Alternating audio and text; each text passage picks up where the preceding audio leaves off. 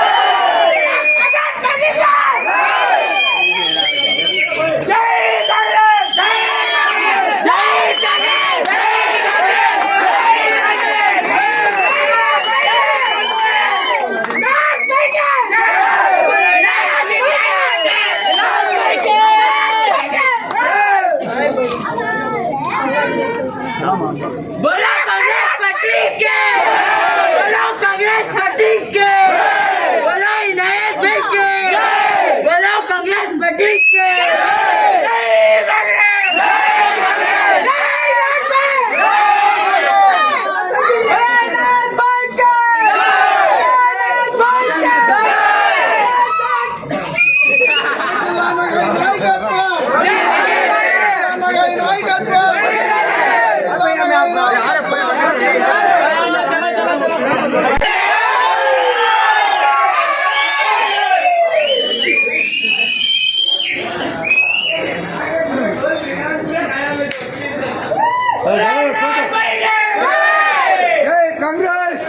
जय Congress party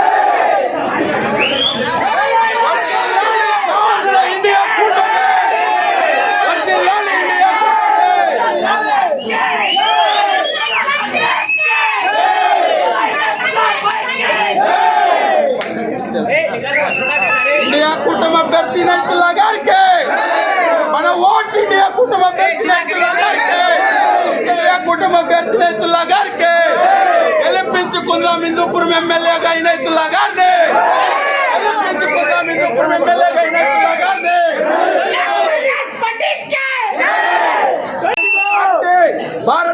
communist party CPI Hindupuram కార్యదర్శిగా ఇనాయతుల్లా గారిని గెలిపించుకోవడానికి మేమంతా పనిచేస్తామని చెప్పి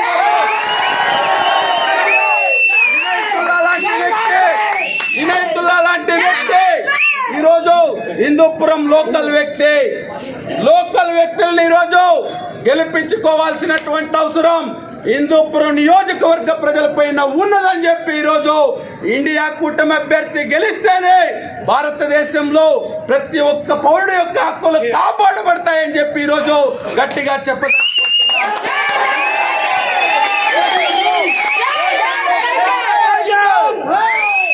దేశంలో గత 10 సంవత్సరాల నుండి మత విధానమైనటువంటి మతోన్మాద పార్టీలు కేంద్రంలో అధికారంలో ఉన్నాయి. ఏమన్నాయి?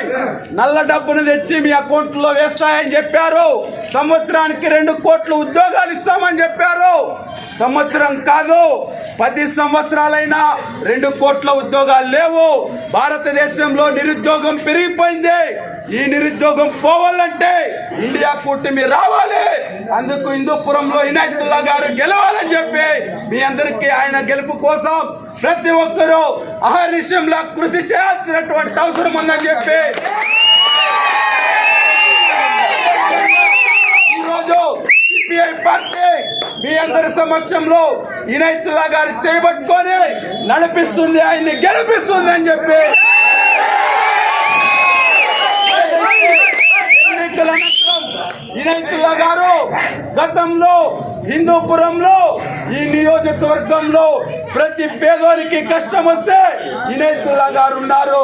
ఎన్నో సేవా కార్యక్రమాలు చేశారు.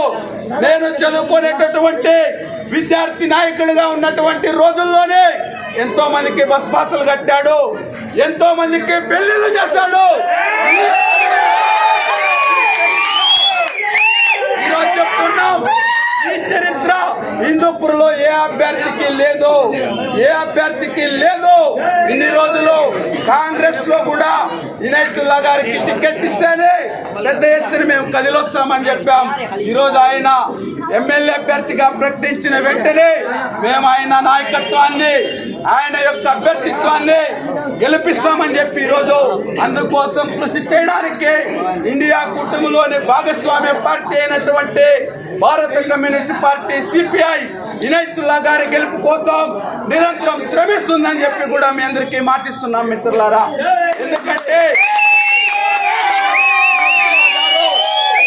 ఇనాయతుల్లా గారు ఎందుకు గెలవాలని చెప్పి ఈరోజు తెలియజేయాల్సినటువంటి అవసరం ఉంది. ఎందుకంటే ఇనాయతుల్లా గారు లోకల్ వ్యక్తి.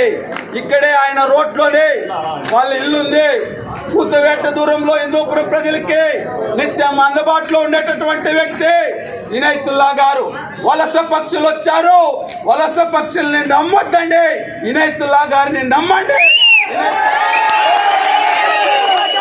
నాయకత్వంలో ఏదైతే కాంగ్రెస్ పార్టీ మంచి అభ్యర్థికి టికెట్ ఇచ్చింది కాబట్టి ఆయన గెలుపు కోసం సిపిఐ పార్టీ పనిచేస్తుందని చెప్పి కాంగ్రెస్ కార్యకర్తలు, కమ్యూనిస్ట్ పార్టీల కార్యకర్తలు కలిసి భుజం కలిపి ఏదైతే దేశానికి ప్రమాదకరంగా మారినటువంటి ఎన్డీఏ కూటమిని తరిమి కొట్టడానికి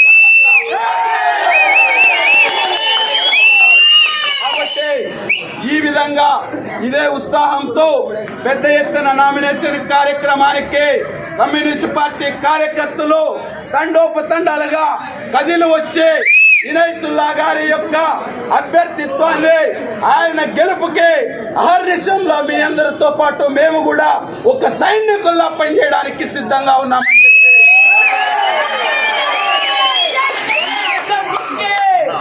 ఇండియా కూటమి అభ్యర్థి ఇనాయతుల్లా గారికి, ఇండియా కూటమి అభ్యర్థి ఇనాయతుల్లా గారికి.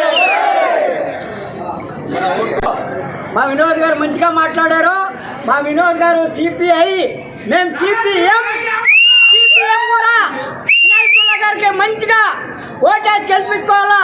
దయచేసి బీజేపీ కోటేతండి. గబ్బులేపినాడు, రాష్ట్రాన్ని గబ్బులేపినాడు, మన ఇండియానే గబ్బులేపినాడు. మీరు బాగా గమనించుకోండి. మన ఇనాయతుల్లా గారికి వేసి మన లోకల్ వ్యక్తి, ఎప్పుడు చెప్తున్నాను, మన లోకల్ వ్యక్తికి ఓటేయండి. వేరే వాళ్ళు కోటేస్తాడు, ఆయన హాజరు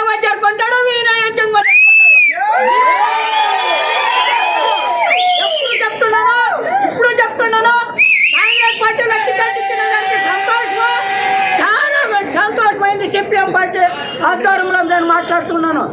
ఇది మీకు అందరికీ నమస్కారం అన్న. అందరూ కలిసి గట్టిగా పనిచేయాలి మనం.